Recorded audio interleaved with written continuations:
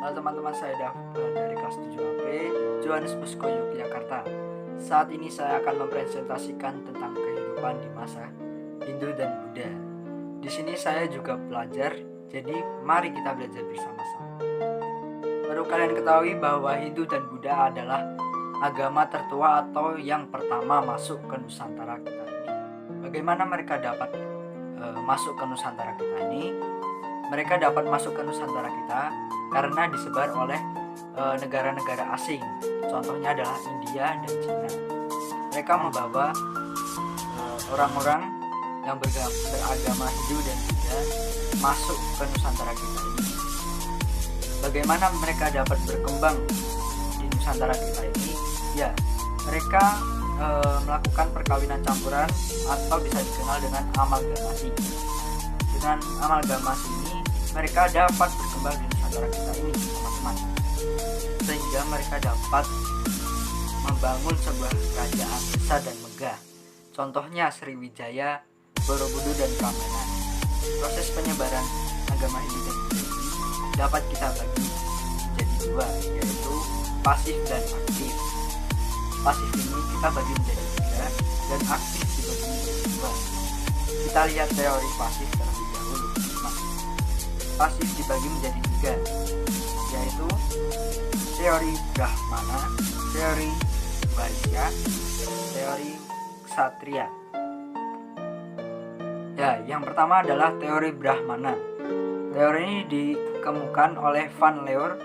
Ia mengemukakan bahwa para kaum Brahmana diundang datang ke Nusantara karena ketertarikan raja-raja berkuasa dengan ajaran agama Hindu dan Buddha, sehingga raja-raja tersebut mendatangkan para kaum Brahmana untuk mengajarkan agama tersebut untuk raja dan rakyatnya. Oke, di sini adalah teori Brahmana ya. Sekarang kita masuk ke teori Vaishya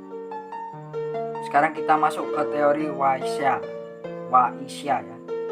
Nah, teori Vaishya ini dikemukakan oleh Google Chrome yang menyebutkan bahwa para pedagang yang beragama Hindu dan Buddha lah penyebar utama agama tersebut di Nusantara. Karena perdagangan pada zaman dahulu menggunakan jalur laut dan bergantung pada angin. Ketika para pedagang ini menetap di Nusantara, mereka memperkenalkan agama dan kepercayaannya kepada masyarakat. Sekarang yang ketiga adalah teori Kshatriya.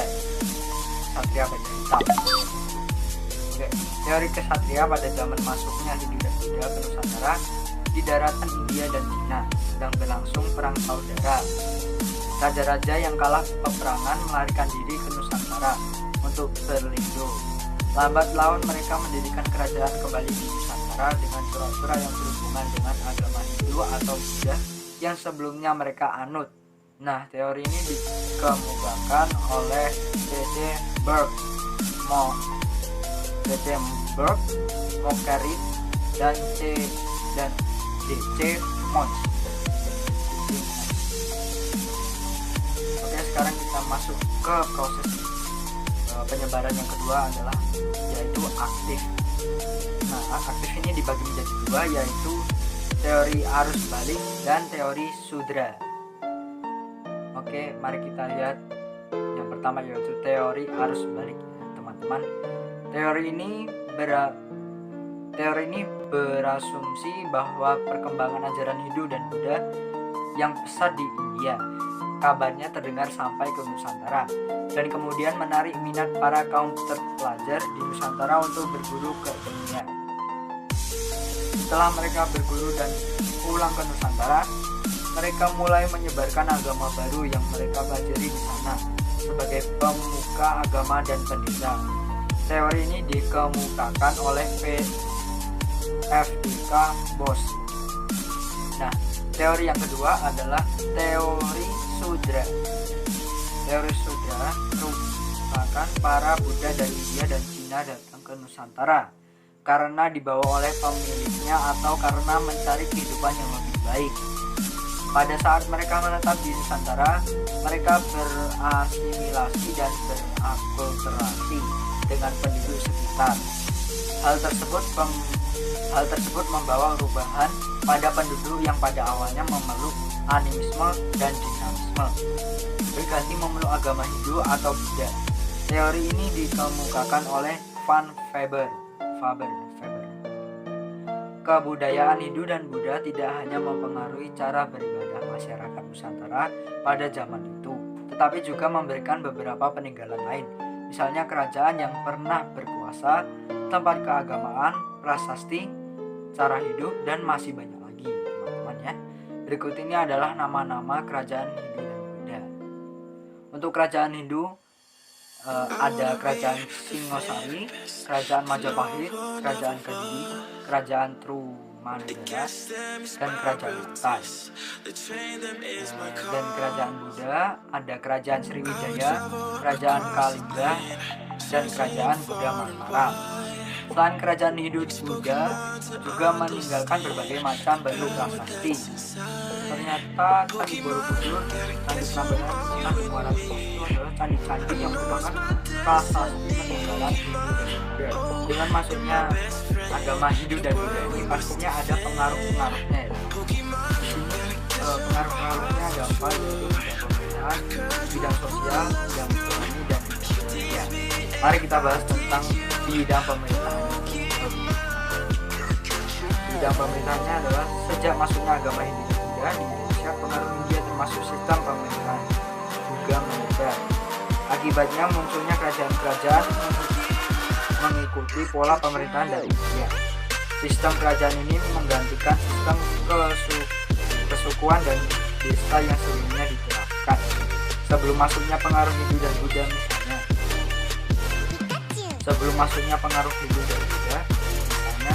orang Jawa hidup dalam desa kecil yang dipimpin oleh seorang kepala desa. Kemudian setelah masuknya pengaruh India, mulailah muncul kerajaan Jawa. Kerajaan yang dipengaruhi ajaran Hindu dan Buddha ini menganut paham Deva Raja atau kultus di mana sang raja didewakan atau dianggap titisan dewa. Konsep ini terkait erat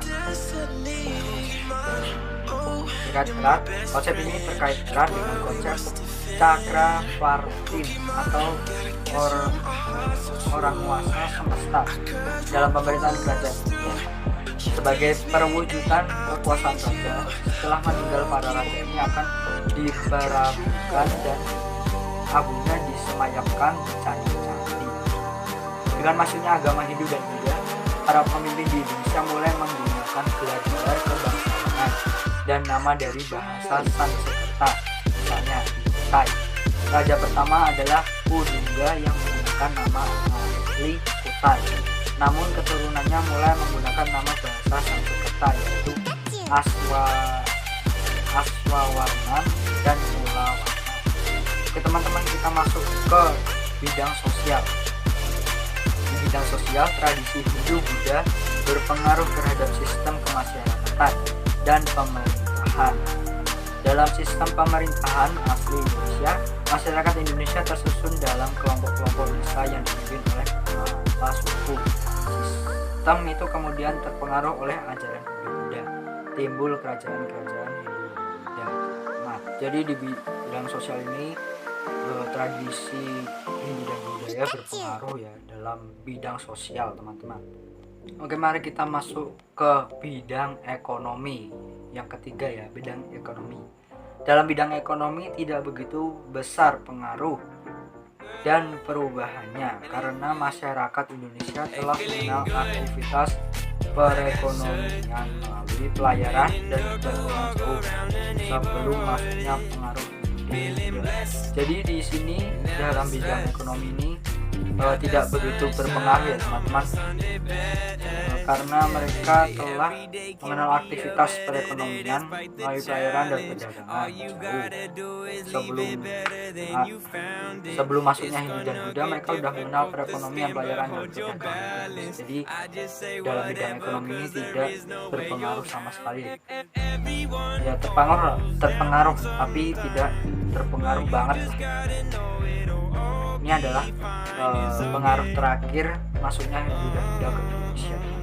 yaitu bidang budaya ya. Pengaruh dalam bidang kebudayaan. Sebelum Hindu-Buddha masuk ke Indonesia, berbagai kebudayaan di Indonesia masih murni berciri khaskan Indonesia. Namun setelah masuknya agama Hindu dan Buddha, terjadi pelaburan dan perpaduan budaya Hindu dan Buddha dengan budaya Indonesia. Di sini dikatakan bahwa sebelum Hindu dan Buddha masuk ke Indonesia, ternyata Indonesia juga sudah mempunyai kebudayaan. Masih murni Indonesia sebelum masuknya Hindu dan Buddha ke Indonesia, kebudayaan Indonesia itu masih murni. Tapi waktu masuknya Hindu dan Buddha ke Indonesia, terjadi pelaburan dan perpaduan budaya Buddha dengan budaya Indonesia. Jadi budaya Indonesia itu campur lah sama Hindu dan Buddha. Oke teman-teman, itu adalah penjelasan dari saya tentang kehidupan pada masa Hindu dan Buddha. Semoga video ini bermanfaat bagi kalian. Saya Dava dari kelas 7 Apre, pamit. Semoga video ini bermanfaat bagi semuanya. Terima kasih. まだ僕も泣いていないのに自分より悲しむ